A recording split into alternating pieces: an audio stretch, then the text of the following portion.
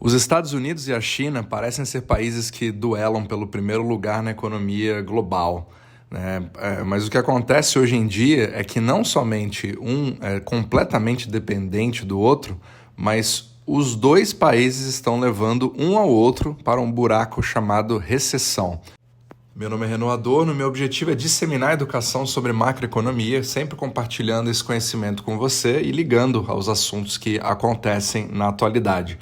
Você pode me encontrar tanto no YouTube como também no Spotify, basta você me procurar pelo nome Renan Adorno.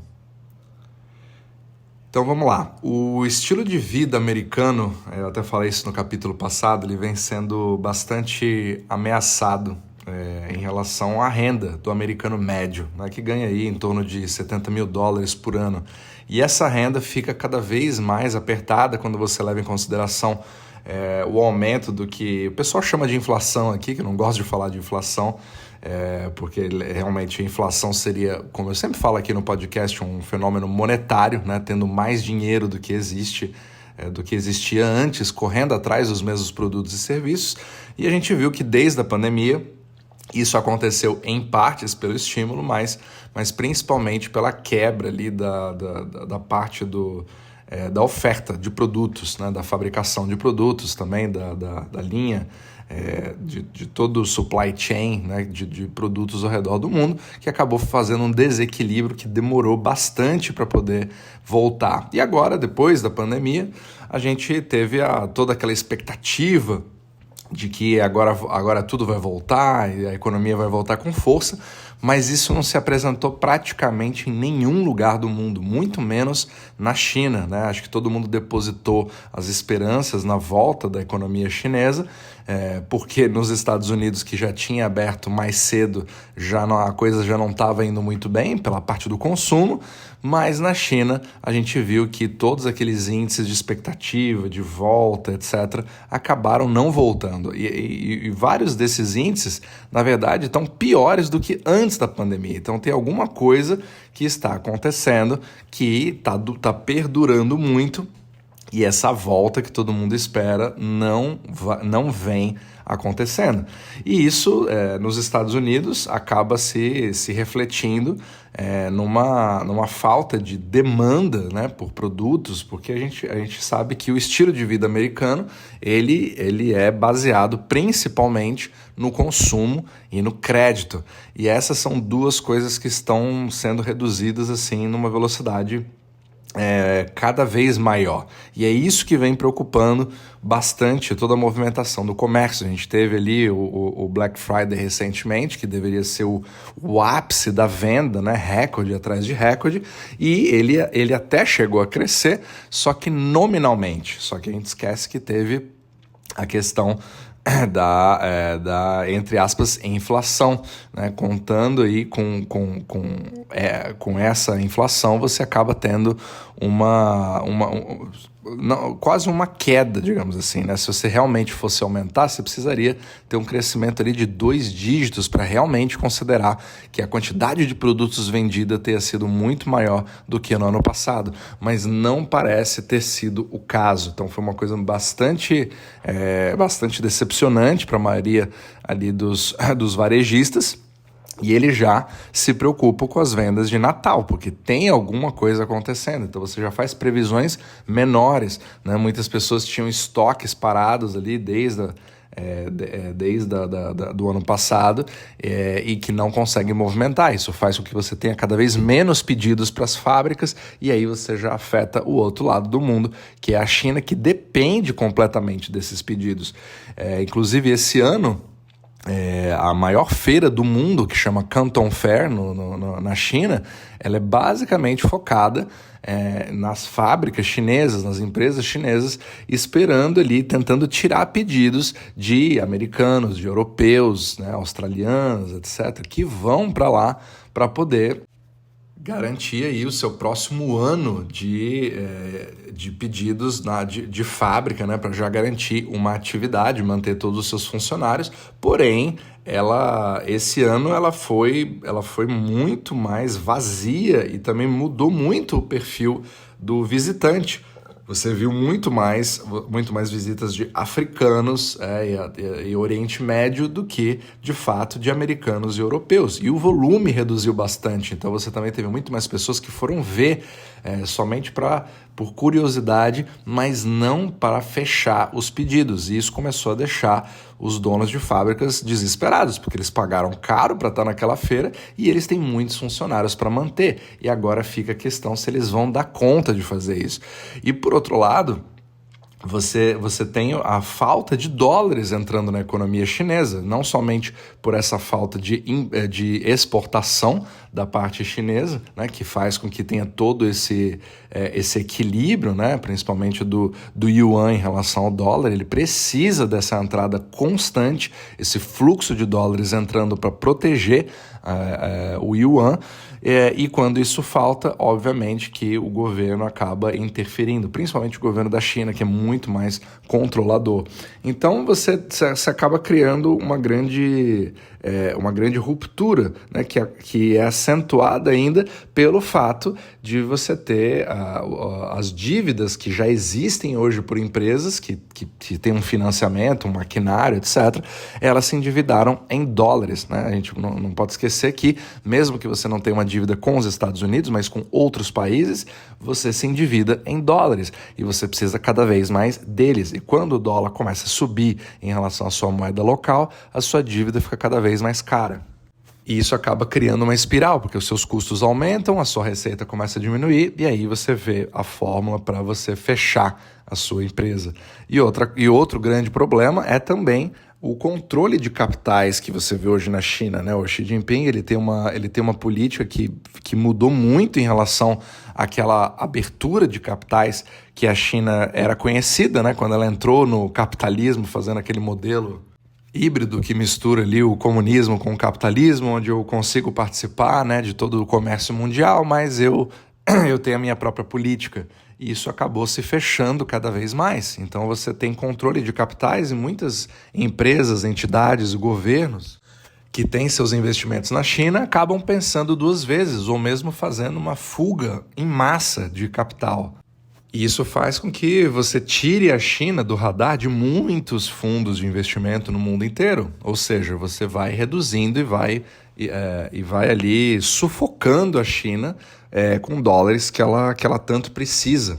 Né? E isso, obviamente, esse tipo de dívida, esse tipo de investimento acaba afetando principalmente o mercado imobiliário, o real estate da China. Então, empresas, por isso que a gente viu empresas como Evergrande, que entrou numa crise absurda, são números assim que mesmo maquiados, o que é muito comum na China, eles mostram que a realidade é muito pior do que já se fala. Até os números maquiados são muito ruins. Isso faz com que os bonds, os títulos privados que eles emitem, eles acabam tendo que renegociar, tendo que atrasar ou mesmo dar o calote. E você vê isso em outras empresas também, se espalhando cada vez mais na China. Você também vê casos de pessoas que já compraram, né, vários apartamentos para investimento que não recebem, ou mesmo para morar, que não recebem, não tem a entrega do imóvel, ou muitas vezes, o que é pior ainda, né, você tem uma entrega mal feita, onde você usa péssimos materiais de construção que colocam em risco, né, a vida das pessoas que estão lá.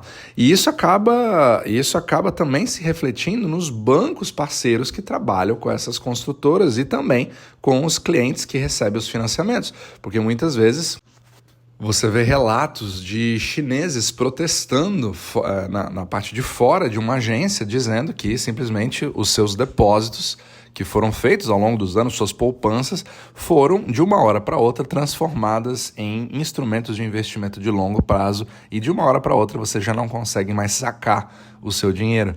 Isso acabou criando um desespero em muitas pessoas, perdendo praticamente todas as suas poupanças, né? De todo o trabalho da sua vida simplesmente desaparecendo em um banco chinês, né, controlado ali pelo governo. Então isso está criando realmente uma tempestade perfeita para uma ruptura no comércio entre esses dois países, que é a espinha dorsal de toda a economia mundial, né? Estados Unidos e China criam realmente a coluna vertebral do comércio exterior do mundo. Então a gente está vendo uma ruptura, uma guinada muito grande nessa dinâmica, né? Muitos falam do fim da globalização como nós conhecemos. Então você tem, você começa a ver o surgimento de alternativas em relação a isso. Então, alguns exemplos que a gente vê hoje são os Estados Unidos tentando contar mais com países como o Vietnã, que vem surgindo porque tem uma mão de obra muito mais barata hoje do que a China, e também se industrializou, vem se industrializando muito mais. Então, muitos contratos estão sendo garantidos pelo Vietnã. Mas um que vem surgindo assim de uma forma fenomenal é o México, né? O México vem despontando cada vez mais como um parceiro cada vez mais importante dos Estados Unidos, que tem uma grande vantagem, né? Que é o fato de não estar na Ásia. Então você não precisa de toda aquela cadeia de suprimentos, de fretes ali de 60, 40 dias, fretes marítimos, né? Para poder chegar do outro lado do mundo, etc. E você já consegue rapidamente chegar do México para os Estados Unidos e entregar produtos. E não somente isso, os trabalhadores mexicanos vem apresentando também um custo, em média, de 3 a 5 vezes menor do que o da China.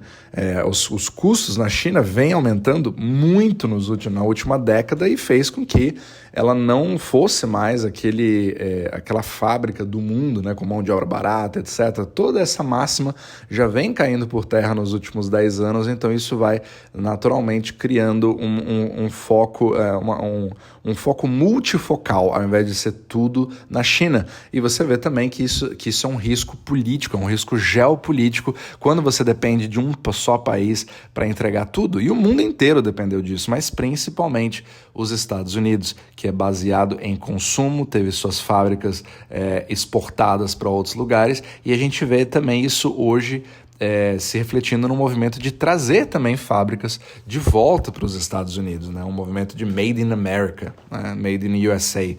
Então, isso tudo vem mudando, porém, está num momento que o próprio consumo americano não vem respondendo. E é aí que a gente não sabe muito bem como as coisas vão, né? Você não tem uma certeza de absolutamente nada, a gente só pode ver as possibilidades, mas são contracorrentes. Então, por um lado, você tem a saída, né, assim, querendo ou não, os Estados Unidos têm é o país hoje que tem a melhor condição de ser independente. Se ele precisasse fechar completamente suas fronteiras, se todos os países precisassem fechar suas fronteiras e sobreviver dos seus próprios recursos, os Estados Unidos estariam muito bem, né? A China já não estaria tão bem. Ela precisa de uma quantidade muito grande de importação de várias coisas básicas, mas principalmente para alimentos. Os Estados Unidos conseguem se virar muito melhor nesse aspecto.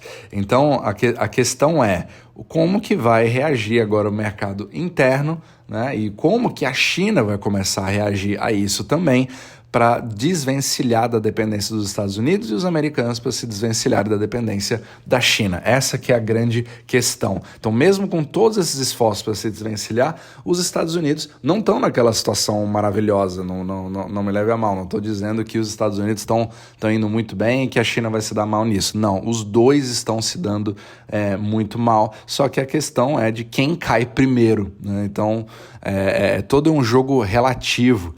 Não somente no fato dos Estados Unidos não terem um risco cambial, porque a China ainda tem que se preocupar com uma coisa a mais, que é o seu próprio câmbio, então ela precisa de dólares, os Estados Unidos também, mas ele já os detém. Então os Estados Unidos acabam tendo uma posição muito privilegiada nisso.